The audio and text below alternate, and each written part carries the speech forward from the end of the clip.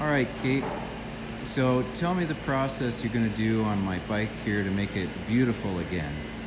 Okay, well, we start with making sure that we got all the dust and debris off of the bike so that when we get to the power polishing stage or paint correction stage that there's no dust or dirt on the surface so that it doesn't create any more scratches.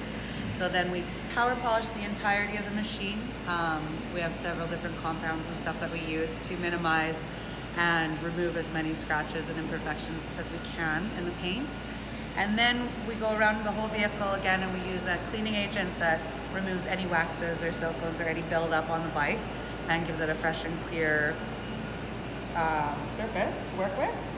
And then we will be applying the 3-year ceramic on all the painted surfaces, so all around the body.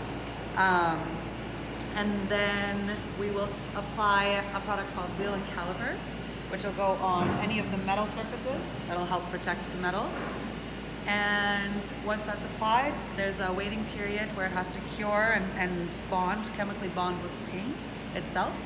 And then you buff it off with a soft microfiber towel. And then it's good to go.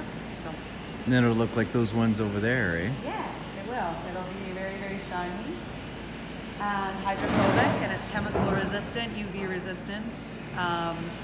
It lasts, our ceramic light lasts about a year and our ceramic lasts 3. So they last a long time. They're very durable. They're scratch resistant. Yeah. Awesome.